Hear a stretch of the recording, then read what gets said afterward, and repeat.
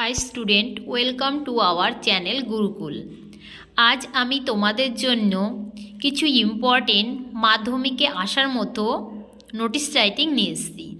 তার মধ্যে একটা নোটিশ রাইটিং হলো মিউজিক কম্পিটিশন। যদি তোমাদের এই নোটিশ রাইটিংটা এক্সামে আসে তাহলে তোমরা কিভাবে লিখবে, এর জন্য আমি তোমাদের ঠিকঠাকভাবে বলে দেব কোথায় কিভাবে তোমরা লেখাটা কমপ্লিট করবে। তোমাদের একটা কথা মনে রাখতে হবে যে তোমরা যখন নোটিশ রাইটিং করছো কিংবা লেটার রাইটিং করছো সেক্ষেত্রে স্পেলিং মিস্টেক হওয়া চলবে না। যতটুকু লিখবে ক্লিয়ারভাবে লিখবে এবং প্রত্যেকটা স্পেলিং ঠিকঠাক করে লিখবে। আমি তোমাদেরকে যখন পড়াবো তার সাথে সাথে বাংলার মানেটাও বলে দেব যাতে তোমরা সহজে জিনিসটা বুঝতে পারো আর মুখস্থ করতে পারো। তো দেখো, আজকে যে নোটিশ রাইটিংটা আমি লিখেছি সেটা হলো মিউজিক কম্পিটিশন। এরপর আমার চ্যানেলে তোমরা আরও 5টা নোটিশ রাইটিং আপলোড পাবে। প্রথমে আজ আমি এটাকে আপলোড করার পর তোমরা নেক্সট ভিডিওগুলো আরও 5টা নোটিশ রাইটিং দেখতে পাবে।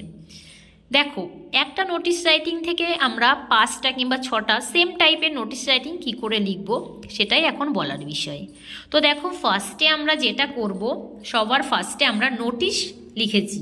কিসের উপর নোটিশ লিখছি দেখো, স্কুল নেম দেবে সেকেন্ড। প্রথম এই জিনিসগুলোকে কিন্তু মিস্টেক করা যাবে না। তোমাদের যদি সাপোজ আসে মিউজিক কম্পিটিশন সেক্ষেত্রে প্রথমে দেবে নোটিশ নেম গেল, নেক্সট হচ্ছে স্কুল নেম, এখানে যার যার স্কুল সেই স্কুলের নামটা তোমরা এখানে লিখে দেবে। নেক্সট লিখতে হবে ডেট। দেখো, ডেট 12 লিখে দিয়েছি 1/2024, বাট এই যে ডেটটা না আমি লিখেছি দেখো একটু বাইরের দিকে এসছে, এটাকে বাইরে আনবে না, মানে একটু চাপিয়ে লিখবে, এভাবে অনেকটা জায়গা নিয়ে লিখবে না, শর্ট করে লিখবে। নেক্সট নোটিশ রাইটিংয়ে আমি এটা ঠিক করে দেবো। এরপর নেক্সট আছে তোমাদের মিউজিক কম্পিটিশন। দেখো, এই যে ফার্স্ট যে লাইনটা আমি লিখেছি, student are hereby inform that our school is going to organize an inter-school music competition on 25th January 2024। কোথায় হবে? In the school auditorium. এখানে দেখো, student are hereby informed মানে হচ্ছে মানে ছাত্রছাত্রীদের জানানো যাচ্ছে যে our school is going to organise. Our school is going to organise মানে আমাদের স্কুল আয়োজন করতে চলেছে an inter school music competition.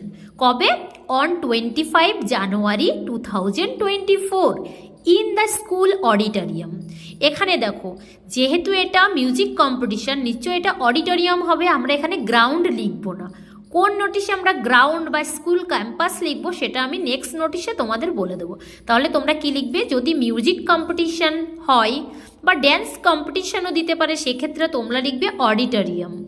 The competition will be several categories. দেখো, সেভারেল ক্যাটাগরিজ বা ডিফারেন্ট ক্যাটাগরিজও লিখতে পারো, মানে এই মিউজিক কম্পিটিশনটা আলাদা আলাদা ক্যাটাগরিজ ওয়াইজ হবে।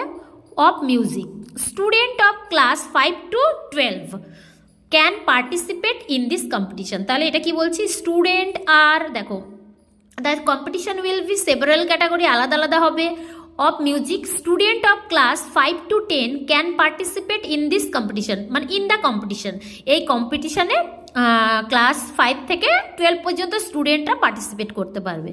এবার দেখো, ইন্টারেস্টেড মানে যারা আগ্রহী, student should register their names with the music teacher before 22 জানুয়ারি 2024। দেখো, এবার দেখো, interested student should register there name. নিশ্চয়ই তুমি কোনো কম্পিটিশানে যদি নাম দিতে দাও সেক্ষেত্রে তোমাকে আগে তোমার নামটা রেজিস্টারে লেখাতে হবে। তাহলে বলছে কবে? 22 জানুয়ারি 2024। কেন আমি এখানে 22 জানুয়ারি দিয়েছি? দেখো, আমি এখানকার যে উপরের ডেটটা দিয়েছি ভালো করে দেখো, এটা হচ্ছে তোমার 25 জানুয়ারি। তাহলে যদি মিউজিক কম্পিটিশানটা 25 জানুয়ারিতে আমরা অ্যারেঞ্জ করছি সেক্ষেত্রে আমরা যে নাম রেজিস্টারের ডেটটা একটু আগে দেবো, সেটা তুমি ধরো 22 জানুয়ারির বদলে তোমরা 10th জানুয়ারিও দিতে পারো। ওকে, নেক্সট দেখো, the categories is the competition are Rabindrasangeet, folk, also western. তাহলে দেখো, এখানে বলছি the categories is the competition are Rabindrasangeet, next হচ্ছে and folk, also western song. Western song. A candidate can compete in any two categories, মানে তুমি এখানে লিখতে পারো candidate can participate in any two categories. এখানে কম্পিটের জায়গায় তোমরা ক্যাটাগরিজও লিখতে পারো, কম্পিটের জায়গায় তোমরা পার্টিসিপেটও লিখতে পারো। এবার দেখো no registration fee is required for participation in this competition. বলছে নো রেজিস্ট্রেশন ফিজ মানে কি, তোমাদের এটার জন্য রেজিস্ট্রেশন ফিজ লাগবে না। Is required for participation in this competition, মানে যারা পার্টিসিপেট করছো তাদের কাছে কোনো রেজিস্ট্রেশন ফিটা লাগছে না। For any further information the undersigned may be contracted. দেখো ফর এনি ফার্দার ইনফরমেশন বলছে, যদি কোনো অন্য কোনো ইনফরমেশন থাকে তাহলে সেক্ষেত্রে তোমাদের সাথে দুবারা মানে কন্ট্রাক্ট করা হবে, বুঝতে পেরেছো?